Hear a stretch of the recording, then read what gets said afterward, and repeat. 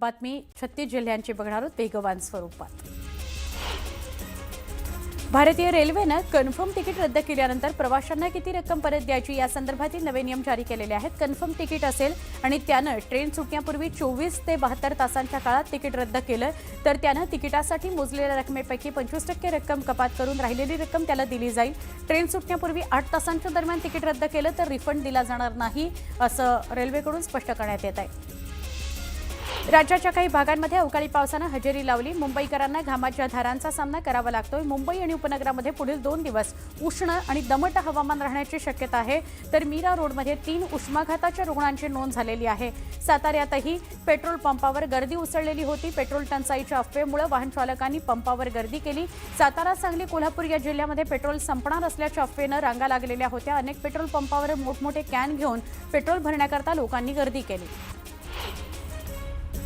नागपूर शहर आणि परिवहन सेवा असलेली आपली बस बंद होण्याची शक्यता आहे। पेट्रोल डिझेलच्या तुटवड्यामुळे नागपूर महानगरपालिकेच्या आपली बसमधील डिझेलवर आधारित 65 बस आजपासून बंद होण्याची शक्यता आहे।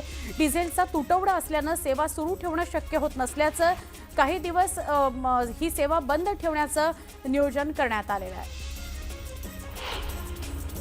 नागपूर जिल्ह्यातील एसबीएल स्फोट प्रकरणामध्ये 13 आरोपींना जामीन नाकारण्यात आला। 25 कामगारांचा बळी घेणाऱ्या स्फोट प्रकरणामध्ये आरोपी संचालकासह कंपनीचे व्यवस्थापक चौधरी यांचा अटकपूर्व जामीन अर्ज फेटाळण्यात आला। या स्फोटात गंभीर जखमी 17 कामगारांवर अजूनही रुग्णालयामध्ये उपचार सुरू आहेत। उत्पादन प्रक्रियेमध्ये गंभीर निष्काळजीपणामुळे ही दुर्घटना घडल्याचा ठपका त्यांच्यावर ठेवण्यात आलेला आहे। सातारा जिल्हा परिषद अध्यक्ष आणि उपाध्यक्ष पदाच्या निवडीवेळी अपहरण प्रकरणामध्ये अटकेत असलेल्या दोघांना जामीन मंजूर करण्यात आलेला आहे। झेडपी सदस्य अनिल शिवाजीराव देसाई आणि संदीप नारायण मांडवे यांना महाबळेश्वर न्यायालयाने अटी शर्थींचा वैयक्तिक जामीन दिला आहे। सांगलीतील कासेगाव इथं 4था ओपन हिंद केसरी राज्यस्तरीय बैलगाडा शर्यत स्पर्धा गुरुवारी पार पडली। गुरुवारी पार पडणार आहे। युवा उद्योजक अतुल लाहीगडे यांच्या संकल्पनेतून 4थ्या पर्वामध्ये कासेगावमध्ये बैलगाडा शर्यतीचं आयोजन करण्यात आलेलं आहे। या जिंकणार यांना लाखोंवर बक्षिसं ठेवली गेली आहेत। गोंदियाच्या नवेगाव नागझिरा व्याघ्र प्रकल्पातील चोरखमारा गेटवर पर्यटकांना अस्वलीचं दर्शन झालं। 2 पायांवर उभं राहून झाडाला पाठ घासतानाचा अस्वलीचा व्हिडिओ पर्यटकांनी कॅमेऱ्यामध्ये कैद केला। अमरावती जिल्हा परिषदेच्या 2026-27च्या आर्थिक वर्षासाठीच्या सुमारे 40 कोटी रुपयांच्या अर्थसंकल्पाला मंजुरी मिळालेली आहे। सीईओ तथा प्रशासक संजीता महापात्रा यांनी हा अर्थसंकल्प सादर केला। ग्रामीण जनतेच्या गरजा लक्षात घेऊन कृषी, पशुसंवर्धन, सिंचन, आरोग्य, पाणीपुरवठ्यासाठी यात भरीव तरतूद करण्यात आलेली आहे। यामध्ये मेळघाटाला प्राधान्य देण्यात आलं आहे। आई एकविरा देवीगडावर सुरू असलेल्या चैत्र यात्रेनिमित्त भाविकांची मोठी गर्दी बघायला मिळाली। पहाटेपासूनच दर्शनाकरता भाविकांच्या लांबच लांब रांगा लागल्या होत्या। आई एकविरा देवीच्या जयघोषानं संपूर्ण परिसर भक्तिमय झाला। यात्रेनिमित्त अभिषेक, महाआरतीसारखे धार्मिक विधी उत्साहात पार पडले। तसंच गडावर आकर्षक फुलांची सजावट करण्यात आली होती। पलूस तालुक्यातील किर्लोस्करवाडी इथल्या ग्रामदैवत श्री मायप्पा देवीची यात्रा मोठ्या उत्साहात आणि भक्तिमय वातावरणामध्ये साजरी होती आहे। चैत्र पाडव्याच्या 5व्या दिवशी होणाऱ्या या यात्रेकरता सकाळपासूनच किर्लोस्करवाडीसह पंचक्रोशीतील हजारो भाविकांनी दर्शनाकरता दिवसभर रांगा लावल्या। संपूर्ण परिसर मायप्पाच्या नावानं चांग भलच्या जयघोषानं दुमदुमून गेलाय। शहापूर तालुक्यातील पालीगावचा सुपुत्र विराज जामदार यानं राष्ट्रीय स्तरावर मोठी कामगिरी करत आपल्या गावाचं नाव उज्ज्वल केलं। नॅशनल चॅम्पियन डीप ॲथलेटिक्स स्पर्धेमध्ये विराजनं 3000 मीटर धावण्याच्या शर्यतीमध्ये शानदार प्रदर्शन करत रेकॉर्ड ब्रेक केला आणि सुवर्णपदकावर आपलं नाव कोरलं। इतकंच नाही तर 1500 मीटर धावण्यामध्येही त्यानं उत्कृष्ट धाव घेत कांस्य पदक पटकावलं आणि दुहेरी यश संपादन केलं। विशेष म्हणजे ठाणे जिल्ह्यातून राष्ट्रीय स्पर्धेमध्ये अशी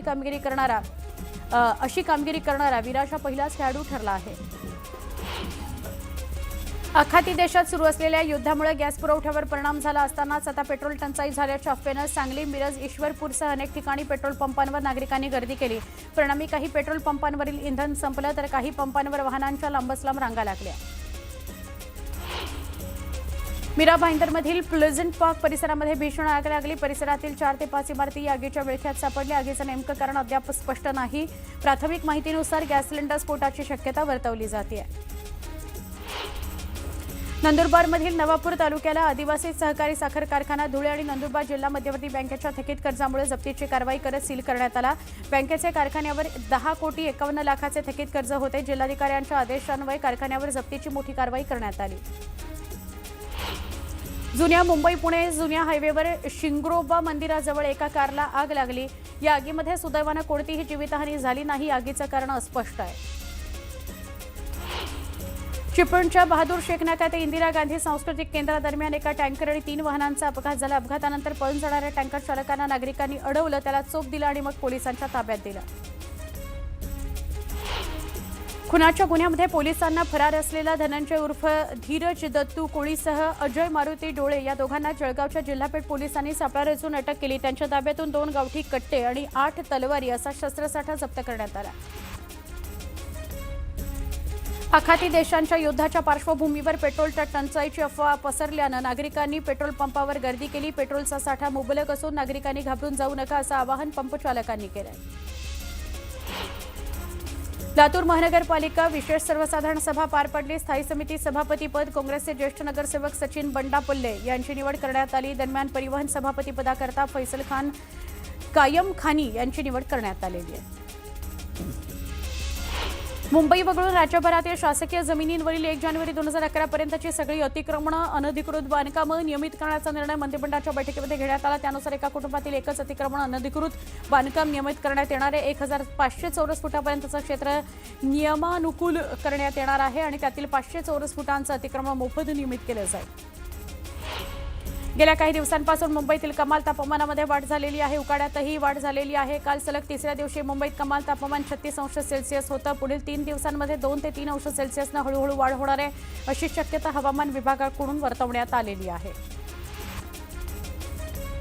मुंबईतील आणिक आगार वडाळा ते गेट वे ऑफ इंडिया भुयारी मेट्रो 11 मार्गिकेकरता अंदाजे 23,487 कोटी रुपये खर्च अपेक्षित आहे। प्रकल्पाकरता येणाऱ्या खर्चाची रक्कम कर्ज आणि दुय्यम कर्जातून उभारली जाणार आहे। त्यानुसार या प्रकल्पासाठी जपान आंतरराष्ट्रीय सहकार्य संस्थेनं 5,500 रुपयांचं कर्ज दिलं आहे। राज्य परिवहन विभागाने राबवलेल्या विविध उपाययोजनांमुळे मुंबई नवी मुंबईसह राज्यातील रस्ते अपघातामध्ये घट झाली आहे। जानेवारी फेब्रुवारी या 2 महिन्यांमध्ये राज्यातील रस्ते अपघात आणि मृत्यूची संख्या 8% कमी झाली आहे। राज्यातील रस्ते अपघातामध्ये महाराष्ट्र 3ऱ्या क्रमांकावर असला तरी प्रशासनाच्या कारवाई आणि समुपदेशनामुळे मुंबई 24% तर नवी मुंबईमध्ये 29% मृत्यूदर घटला आहे। MMRDAच्या उत्तन विरार सागरी सेतू प्रकल्पाला अखेर पर्यावरणीय मंजुरी मिळालेली आहे। आता वनविभागाचे ना हरकत प्रमाणपत्र मिळाल्यास या प्रकल्पाच्या बांधकामाकरता निविदा मागवण्याचा मार्ग मोकळा होणार आहे। डिसेंबर अखेरीस या प्रकल्पाकरता निविदा प्रसिद्ध करण्याचं MMRDAचं नियोजन आहे। तसंच निविदा प्रक्रिया पूर्ण करून 2027 मध्ये कामाला सुरुवात केली जाणार आहे। हा सागरी सेतू पूर्ण होऊन सेवेत दाखल झाल्यास उत्तन विरार प्रवास अवघ्या काही मिनिटांवर येणार आहे। राज्यातील कापूस खरेदीची मुदत वाढवण्यात यावी अशी मागणी शेतकरी संघटनांकडून केली जाते आहे। या मागणीची दखल घेऊन पणन विभागाने कापूस खरेदी मुदत वाढवण्याचा प्रस्ताव केंद्र सरकारकडे पाठवलेला होता। केंद्र सरकारने कापूस उत्पादक शेतकऱ्यांना दिलासा दिला आणि कापूस खरेदीसाठीची मुदत 15 मार्चपर्यंत वाढवण्याचा निर्णय घेतला अशी माहिती पणन मंत्री जयकुमार रावल यांनी दिली। नाशिक शहरातील अंतर्गत वाहतूक व्यवस्था मजबूत करण्याकरता महाराष्ट्र राज्य पायाभूत सुविधा विकास महामंडळानं हाती घेतलेल्या नाशिक परिक्रमा मार्गाच्या बांधकामाचा मार्ग मोकळा झालेला आहे। या प्रकल्पाच्या 7 टप्प्यांमधील कामासाठीच्या निविदा अंतिम झालेल्या असून 70% भूसंपादनही पूर्ण झालेलं आहे। त्यामुळे आता शुक्रवारपासून नाशिक परिक्रमा मार्गाच्या कामाला सुरुवात केली जाणार आहे। तसंच काम सुरू झाल्यापासून 1-1.5 वर्षाच्या आत ते पूर्ण करून हा मार्ग सेवेमध्ये दाखल करण्याचे MSIDCचं नियोजन आहे। अमेरिका आणि इराण युद्धामुळे देशातील 11 कोटी लोकांचा रोजगार धोक्यात आलेला आहे। LPG सिलेंडर टंचाईमुळे देशातील 80% कुटीरोद्योग बंद झालेले आहेत। 60% लघुउद्योगांना घर लागलेली आहे। पुण्यातील कोथरूड परिसरामध्ये वाहनांची चोरी करण्यात आल्याची घटना समोर आली। कोथरूड परिसरातील सोसायटीच्या पार्किंगमधून दुचाकी चोरी करण्यात आली। या प्रकरणी पोलिसांकडून CCTVच्या आधारे आरोपींचा शोध सुरू आहे। रत्नागिरीमध्ये व्यावसायिक गॅस सिलेंडरच्या टंचाईमुळे हॉटेल व्यवसायावर मोठा परिणाम झाला। मात्र त्याचा फटका भाविकांना बसू नये यासाठी महाप्रसादाची वेळ वाढवण्याचा निर्णय श्री क्षेत्र गणपतीपुळे देवस्थानने घेतला आहे। कर्नाटकची उपराजधानी बेळगावमध्येही पेट्रोल पंपावर रांगा लागल्याचं चित्र बघायला मिळालं। सकाळपासूनच वाहन चालकांनी पेट्रोल पंपावर गर्दी केली होती। शहरातील काही भागातल्या पेट्रोल पंप बंद असल्यानं वाहन चालकांमध्ये आणखीनच भीती पसरली। पेट्रोल टंचाईच्या अफवेनं अनेक ठिकाणी नागरिकांनी गर्दी केली।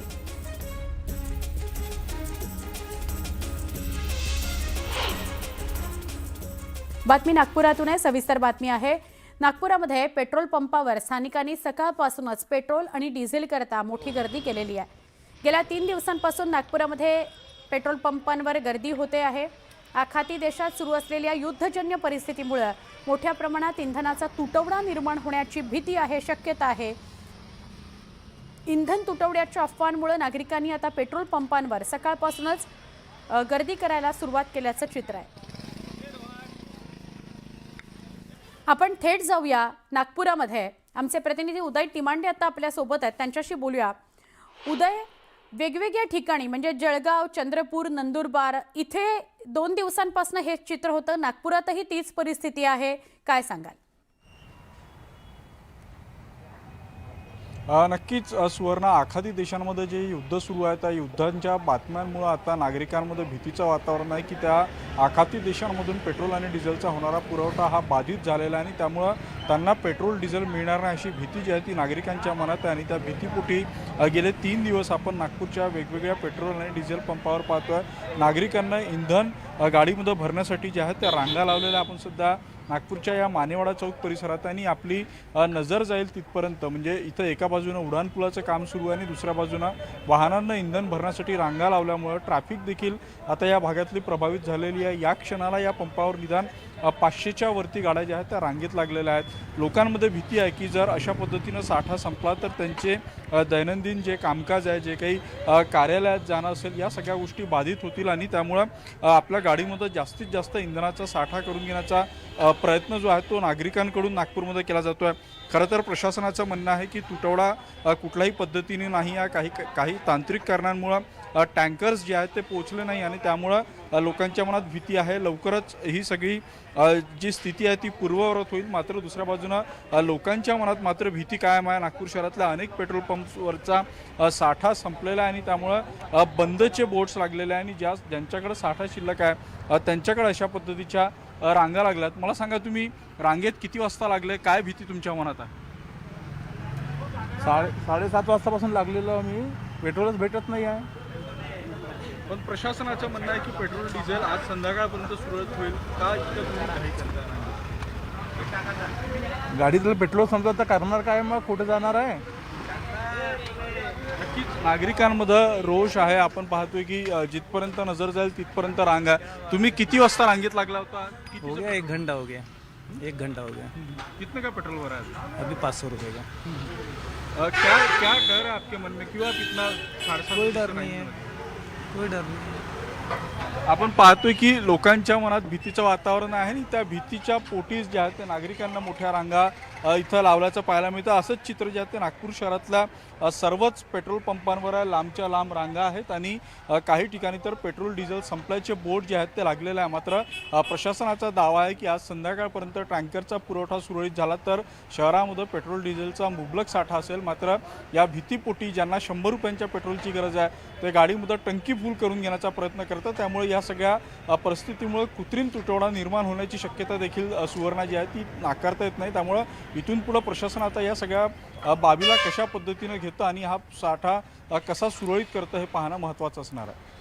अगदी नक्की, धन्यवाद उदय, आपण सविस्तर माहिती दिली त्याबद्दल। पण तोपर्यंत तरी वेगवेगळ्या शहरांमधून अशाच बातम्या समोर येत आहेत की नागरिक इंधन मिळणार नाही या भीतीनं रांगा लावतायत वेगवेगळ्या पेट्रोल पंपांवर। वेगवान स्वरूपातल्या घडामोडी। वर्धा शहरामध्ये पेट्रोल संपल्याची अफवा पसरली, यामुळे नागरिक दहशतीमध्ये आले। शहरातील पेट्रोल पंपावर स्टॉक संपल्याची अफवा पसरल्याने वाहनधारकांनी पेट्रोल भरण्याकरता मोठी गर्दी केली। अफवांवर विश्वास ठेवू नका असं आवाहन प्रशासनानं केलं। नांदेड जिल्ह्यातील अर्धापूर तालुक्यातील ग्रामीण भागामध्ये गॅसचा तुटवडा जाणवतो आहे। वेळेवर गॅस मिळत नसल्यानं नागरिकांना शहरातील गॅस एजन्सीसमोर लांबच लांब रांगा लावाव्या लागल्या। तासनतास थांबूनही गॅस मिळत नसल्यानं नागरिक त्रस्त झाले। आखाती देशातील युद्धजन्य परिस्थितीमुळे रायगडच्या पर्यटन व्यवसायावर देखील मोठा परिणाम झाला। अजूनही अनेक हॉटेल्स, रिसॉर्ट चालकांना एलपीजी सिलेंडर गॅस मिळत नसल्यामुळे चुलीवर जेवण बनवावं लागतंय। आखाती युद्धाचे पडसाद आता लोणावळ्यामध्ये देखील दिसत आहेत. एलपीजी गॅस सिलेंडरच्या टंचाईमुळे बहुतांश हॉटेल व्यावसायिक मेटाकुटीला आलेले आहेत. पर्याय म्हणून कोळशाच्या शेगड्यांचा वापर सुरू आहे. वाशिम जिल्ह्यातील शिवभोजन केंद्र बंद पडण्याच्या मार्गावर आहे. गेल्या 11 महिन्यांचं अनुदान रखडल्यानं शिवभोजन केंद्र आर्थिक अडचणीत सापडलं आहे. वाशिममध्ये 36 शिवभोजन केंद्र सुरू आहेत. नियमित अनुदान मिळत नसल्यानं 7 शिवभोजन केंद्र बंद पडलेली आहेत. लोणावळा शहरातील चिक्की व्यावसायिक सध्या डिझेल भट्टीवर अवलंबून आहेत. एलपीजी गॅस सिलेंडरची टंचाई पाहता अनेक चिक्की उत्पादकांनी डिझेल भट्टीवर उदरनिर्वाह सुरू केला आहे. मात्र सध्या डिझेल भट्ट्यांची टंचाई निर्माण केली जात असल्याचा आरोप काही चिक्की व्यावसायिकांनी केला आहे. आखाती देशातील युद्धाचा परिणाम थेट केळी उत्पादक शेतकऱ्यांवर झाला आहे. युद्धाच्या अगोदर केळीला 20 रुपये इतका दर मिळत होता. मात्र हाच दर 4 ते 5 रुपयांवर आलेला आहे. त्यामुळे आता लागवडीचा खर्चही निघत नसल्यानं शेतकरी हवालदिल झालेला आहे. सोन्याच्या दरात 2000 तर चांदीच्या दरात सोन्याच्या दरात 2000 तर चांदीच्या दरात 12,000 रुपयांची वाढ झालेली आहे. जळगावच्या सुवर्णनगरीमध्ये सोन्याचा दर 1,38,000 रुपयांवर प्रति तोळा आणि चांदीचा दर प्रति किलो 2,22,000 गेलेला आहे. छत्रपती संभाजीनगरमध्ये यंदा पावसामुळे दिलासा मिळाला असला तरी एप्रिल ते जून दरम्यान 593 गावांमध्ये पाणी टंचाईची शक्यता आहे. यासाठी प्रशासनानं 35 कोटींचा आराखडा तयार केलेला आहे. टँकर विहिरी अधिग्रहण अशा उपाययोजना राबवल्या जाणार आहेत. वर्ध्याच्या बाजार समितीमध्ये नाफेडकडून हरभरा आणि तूर खरेदीला सुरुवात झाली. यामुळे कृषी उत्पन्न बाजार समितीमध्ये आवक वाढली. हरभऱ्याच्या दरात तफावत असल्यानं नाफेडकडे नोंदणी करण्याचं आवाहन वर्धा कृषी उत्पन्न बाजार समितीकडून करण्यात आलं. वसई विरार महापालिकेच्या पाणीपुरवठ्यासाठी सुरू असलेल्या दहेजे या धरणाचं काम थांबवण्याची मागणी प्रकल्पग्रस्त ग्रामपंचायतींनी केली आहे. 6 वर्षांमध्ये 90% काम पूर्ण झालं, पण अजूनही भूसंपादन आणि पुनर्वसन झालं नाही. योग्य मोबदला आणि पुनर्वसन मिळाल्याशिवाय काम होऊ देणार नाही असा इशारा विक्रमगडच्या ग्रामस्थांनी दिला आहे. रत्नागिरीच्या खेड तालुक्यातील लोटे एमआयडीसीमधील लक्ष्मी ऑर्गॅनिक कंपनी विरोधात गेल्या 63 दिवसांपासून आंदोलन सुरू आहे. दरम्यान पिफास या रसायनाला विरोध करत 6 एप्रिलला भव्य मोर्चा काढला जाणार आहे. प्रशासनानं तातडीनं निर्णय घ्यावा, अन्यथा ते आंदोलन तीव्र करू असा इशारा देण्यात आला. हिंगोलीमध्ये शेतकऱ्यांच्या प्रश्नावर क्रांतिकारी शेतकरी संघटना आक्रमक झालेली आहे. गोरेगाव सेनगाव महामार्गावर रस्ता रोको करत तुरीच्या तुरट्यांना आग लावून आंदोलन करण्यात आलं. सिंचन विहिरीतील भ्रष्टाचारावर कारवाई करत पीक विम्याच्या मागणीकरता हे आंदोलन करण्यात आलं. बाळासाहेब थोरात यांचे भाऊ शरद थोरात यांनी मारहाण केल्याप्रकरणी महिलांनी आंदोलन केलं. संगमनेर शहर पोलीस ठाण्यामध्ये महिलांनी ठिय्या आंदोलन केलं. बचत गटाच्या माध्यमातून शासनाकडून येणारं मानधन रोखल्याचा आरोपही करण्यात आला. कोकणचा राजा मानला जाणारा हापूस आंबा यंदा संकटात सापडलाय. बदलत्या हवामानामुळे कोकणातील 80 ते 90% आंबा आणि काजूच्या बागांचं मोठं नुकसान झालंय. परभणी शहरातील वांगी रोड परिसरातील हनुमान मंदिरावर कारवाई करण्यात आली. महापालिकेनं मंदिर हटवल्यानं शिवसेना आक्रमक झाली. शिवसेनेच्या वतीनं महापालिकेमध्ये ठिय्या आंदोलन करण्यात आलं. या आंदोलनाला हिंसक वळण लागलं. महापालिकेतील खुर्च्यांची तोडफोड करण्यात आली. कारवाई विरोधात एल्गार पुकारण्यात आला.